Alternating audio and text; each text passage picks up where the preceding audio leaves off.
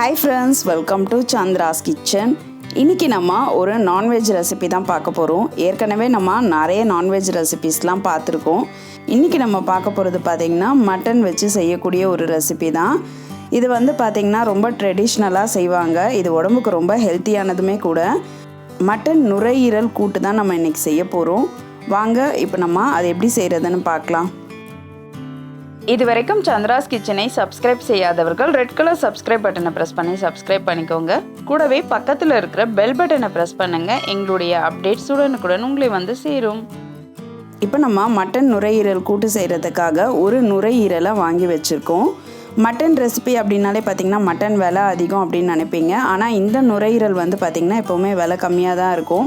உங்களுக்கு வந்து 40 ரூபாயிலேருந்து 50 ரூபாய் வரைக்கும் இந்த மட்டன் நுரையீரலை சொல்லுவாங்க. இது வந்து பார்த்திங்கன்னா நம்ம வாங்கும்போதே அவங்க கட் பண்ணி கொடுத்துருவாங்க. நுரையீரலை பொறுத்த வரைக்கும் பார்த்திங்கன்னா இதில் எலும்பெல்லாம் எதுவும் வராது. அதனால் வந்து பார்த்திங்கன்னா பெரியவங்கள்லேருந்து சின்னவங்க வரைக்கும் இதை வந்து சாப்பிடுவாங்க. நுரையீரல் வச்சு நிறைய ரெசிபிஸ் பண்ணலாம். நான் இன்றைக்கி வந்து பார்த்திங்கன்னா இந்த கடலைப்பருப்பு கூட்டு தான் வந்து செய்ய போகிறேன். நம்ம நுரையீரல் வாங்கிட்டு வீட்டுக்கு வந்து அதை நல்லா ஒரு 4-5 முறை அலசிடணும். கொஞ்சம் மஞ்சள் தூள் போட்டு ஒரு வாட்டி அலசிடுங்க. அதுக்கப்புறம் சாதாரணமாக 2 வாட்டி நல்லா அலசிடுங்க. நம்ம ஆட்டு நுரையீரல் வந்து பார்த்திங்கன்னா ரொம்ப சாஃப்டாக ரொம்ப நல்லாயிருக்கும் சமைக்கிறதுக்கு. சீக்கிரமாகவும் வெந்துடும். இப்போ நம்ம சமைக்க ஆரம்பிச்சிடலாம். நுரையீரல் கூட்டுக்கு வந்து ஃபஸ்ட்டு நம்ம ஒரு கடாயில் ஒரு குழிக்கரண்டி அளவுக்கு எண்ணெய் சேர்த்துக்கலாம். இது வந்து பார்த்திங்கன்னா 4லேருந்து 5 ஸ்பூன் அளவுக்கு எண்ணெய் இருக்கும். இதை சேர்த்துக்கலாம். எண்ணெய் காயட்டும். இப்போ எண்ணெய் காஞ்சிடுச்சு. நம்ம சோம்பு போட்டுக்கலாம். இப்போ சோம்பு பொரிஞ்சிடுச்சு. அடுத்ததான் நம்ம வெங்காயம் சேர்த்துக்கலாம். இது வந்து ஒரு பெரிய வெங்காயம். இதை வந்து நான் பொடியாக நறுக்கியிருக்கேன். சின்ன வெங்காயம் வேணும்னாலும் சின்ன வெங்காயம் சேர்த்துக்கோங்க. அடுத்ததாக இது கூட ஒரு பச்சை மிளகாய் சேர்த்துடலாம். சேர்த்துட்டு இப்போ இதை நல்லா வதக்கிடலாம்.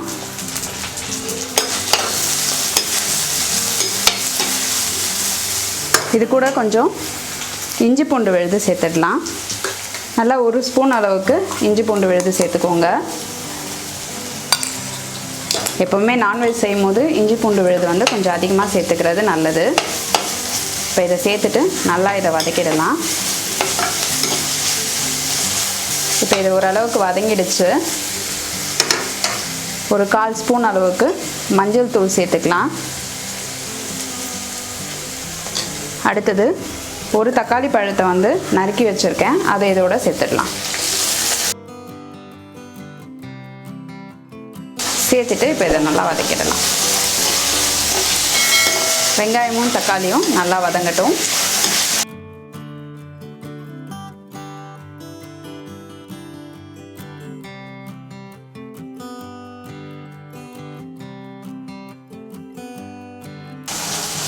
இப்போ இது கூட வந்து கொஞ்சமாக புதினா இலை சேர்த்துக்கோங்க. நல்லா வந்து டைஜஷனுக்காகவும் இது நல்லாயிருக்கும். டேஸ்ட்டும் வந்து உங்களுக்கு நல்லா எடுத்து கொடுக்கும். அதனால் கொஞ்சமாக புதினா சேர்த்துக்கலாம். ரொம்ப சேர்க்க வேணாம். இப்போ நம்ம சுத்தம் செஞ்சு எடுத்து வச்சுருக்க நுரையீரலை இதோடு சேர்த்துக்கலாம். இது இந்த மாதிரி நம்ம கட் பண்ணியே வாங்கிட்டு வந்துட்டோம்.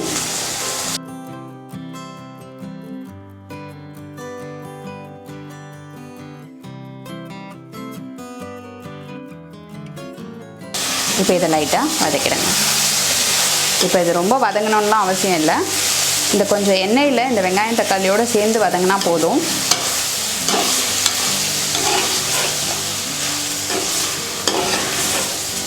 இது சீக்கிரமாகவே வெந்துடும். இது வந்து பார்த்திங்கன்னா ஒரு நுரையீரல். இதுக்கு வந்து 50 கிராம் அளவுக்கு கடலைப்பருப்பு எடுத்துக்கிட்டால் போதும். அந்த கடலைப்பருப்பை வேக வச்சு எடுத்துருக்கேன்.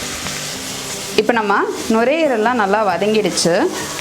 இது கூட நம்ம 1/2 ஸ்பூன் அளவுக்கு மிளகாய்த்தூள் சேர்த்துக்கலாம். இது வந்து குழம்பு மிளகாய்த்தூள் தான். ஏற்கனவே நம்ம குழம்பு மிளகாய்த்தூள் எப்படி அரைக்கிறதுன்னு வீடியோ போட்டிருக்கோம். அந்த மிளகாய்த்தூள் தான் நான் வந்து எல்லாத்துக்குமே யூஸ் பண்ணுறேன். ரொம்ப நல்லாயிருக்கும். இப்போ குழம்பு மிளகாய்த்தூள் சேர்த்தாச்சு. இதை ஒரு வாட்டி நல்லா வதக்கிடலாம்.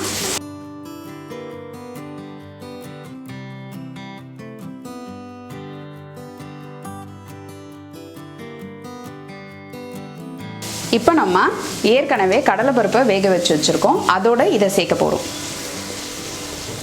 இப்போ நான் வந்து பார்த்திங்கன்னா ஏற்கனவே கடலைப்பருப்பை வேக வச்சு எடுத்து வச்சுருக்கேன். இது வந்து ஒரு 50 கிராம் அளவுக்கு கடலைப்பருப்பு. இது கூட நான் வந்து கொஞ்சம் தண்ணி சேர்த்துக்கிறேன்.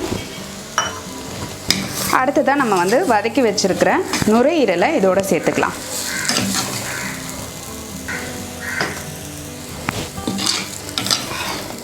இது வந்து பார்த்திங்கன்னா ட்ரெடிஷ்னலாக இப்படி தான் சமைப்பாங்க. இது ரொம்ப டேஸ்ட்டாக இருக்கும்.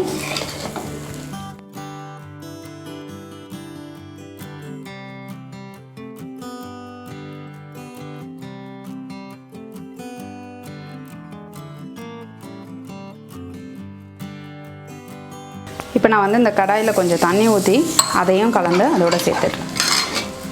ஸோ இப்போ நம்ம வந்து கடாயில் இருந்த மசாலாவோட தண்ணி கலந்துருக்கோம், அதை இதோட சேர்த்தாச்சு. இது வந்து சீக்கிரமாகவே வெந்துடும். இதுக்கு வந்து நம்ம ஒரு விசில் வச்சா போதும். நான் வந்து கொஞ்சமாக தண்ணி விட்டுருக்கேன், ஏன்னா அது பத்தாது. நீங்கள் கடலைப்பருப்பு வேக வைக்கும் போது தண்ணி இருந்துச்சுன்னா இன்னும் கொஞ்சம் நீங்கள் வந்து கம்மியாக தண்ணி சேர்த்துக்கோங்க. இது வந்து பார்த்திங்கன்னா 1 டம்ளர் அளவுக்கு தண்ணி முதல்ல ஊற்றிருந்தேன், இப்போ ஒரு அரை டம்ளர் அளவுக்கு ஊற்றிருக்கேன். மொத்தம் வந்து 1.5 டம்ளர் அளவுக்கு தண்ணி இப்போ இது கடலைப்பருப்போடு சேர்ந்து வேகணும். ஸோ பாருங்கள், கடலைப்பருப்பு ஏற்கனவே நல்லா வெந்திருக்கு. இப்போ இதை நம்ம நல்லா கலந்தாச்சு. ஒரு விசில் இதை வச்சிடலாம். இப்போ குக்கரை மூடி, இப்போ வந்து நான் குக்கரை மூடி ஒரு விசில் வச்சிடுறேன். இப்போ ஒரு விசில் வந்துடுச்சு, ப்ரெஷர் நல்லா அடங்கிடுச்சு. இப்போ நம்ம குக்கரை ஓப்பன் பண்ணிடலாம். சூப்பராக நல்லா வெந்திருக்கு, நல்லா வாசனையாக இருக்குது. நம்ம வந்து சேர்க்கும்பொழுது உப்பு சேர்க்கல, இப்போ வந்து நம்ம உப்பு சேர்த்துடலாம். அதை பாருங்கள் எப்படி நல்லா வந்து வெந்திருக்குன்ட்டு. இது கூட நம்ம வந்து தேவையான அளவு உப்பு சேர்த்துக்கலாம்.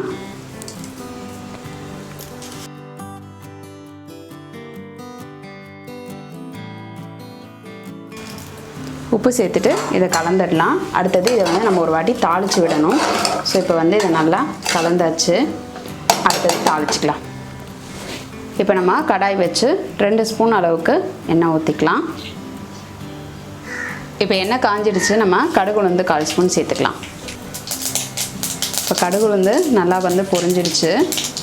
அடுத்ததாக கொஞ்சம் கருவேப்பிலை வந்து இதோடு சேர்த்துக்கலாம். சேர்த்துட்டு இப்போ நம்ம ஏற்கனவே வேக வச்சு எடுத்து வச்சுருக்க நுரையீரலை இதோடு சேர்த்துடலாம். இது கூட கொஞ்சம் தண்ணி சேர்த்துடலாம், ஏன்னா உப்பு நம்ம கடைசியாக தான் போட்டிருக்கோம். அது வந்து ஒரு வாட்டி கொதிச்சதுன்னா தான் உங்களுக்கு அந்த உப்பு எல்லாமே சேர்ந்து நல்லா வரும். இப்போ நம்ம தண்ணி சேர்த்து அந்த மசாலாவை இதில் சேர்த்துடலாம். இப்போ இதை நல்லா கலந்து விட்டுருங்க.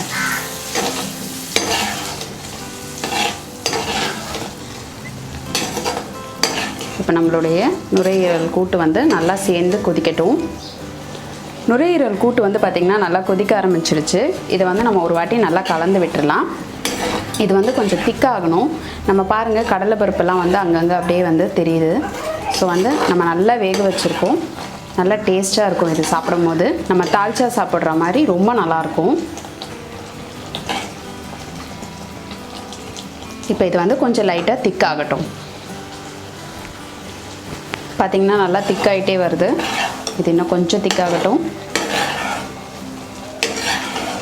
இது வந்து நம்ம பிரியாணிக்கு, அப்புறம் ரசம் சாதம், இதுக்கெலாம் ரொம்ப சூப்பராக இருக்கும். இந்த கூட்டை கூட நீங்கள் சாப்பாட்டில் போட்டு கலந்து சாப்பிடலாம். நம்ம வந்து கொஞ்சம் புதினா இலை இதோடு சேர்த்துக்கலாம். இந்த மாதிரி எடுத்து வைக்கிற அளவுக்கு பதம் வந்தால் போதும். இப்போ நம்மளுடைய நுரையீரல் கூட்டு ரெடி ஆகிடுச்சு. இது வந்து நுரையீரல் கடலைப்பருப்பு கூட்டு. இப்போ வந்து பார்த்திங்கன்னா கொத்தமல்லி எனக்கு வந்து நிறைய கிடைக்கல, அதனால் நான் கொஞ்சமாக கொத்தமல்லி சேர்த்துக்கிறேன். உங்களுக்கு நிறைய கிடைக்கும்போது நீங்கள் கொஞ்சம் நிறையவே சேர்த்துக்கோங்க. ஸோ இப்போ ரெடி ஆகிடுச்சு. நம்ம ஸ்டவ் ஆஃப் பண்ணியாச்சு.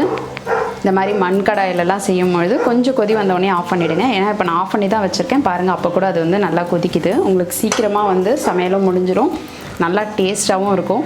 நம்ம மண் கடாயில் செஞ்ச நுரையீரல் கடலைப்பருப்பு கூட்டு வந்து சூப்பராக ரெடி ஆகிடுச்சு. இந்த வீடியோ உங்களுக்கு பிடிச்சிருந்ததுன்னா லைக் பண்ணுங்கள், உங்கள் ஃப்ரெண்ட்ஸோட ஷேர் பண்ணுங்கள். இது வரைக்கும் சந்திராஸ் கிச்சனுக்கு சப்ஸ்கிரைப் பண்ணலன்னா சப்ஸ்கிரைப் பண்ணிவிடுங்க. பக்கத்தில் இருக்கிற பெல் பட்டனையும் ப்ரெஸ் பண்ணுங்கள். நான் இன்னொரு சுவாரஸ்யமான ரெசிபியோடு உங்களை சந்திக்கிறேன். நன்றி, வணக்கம்.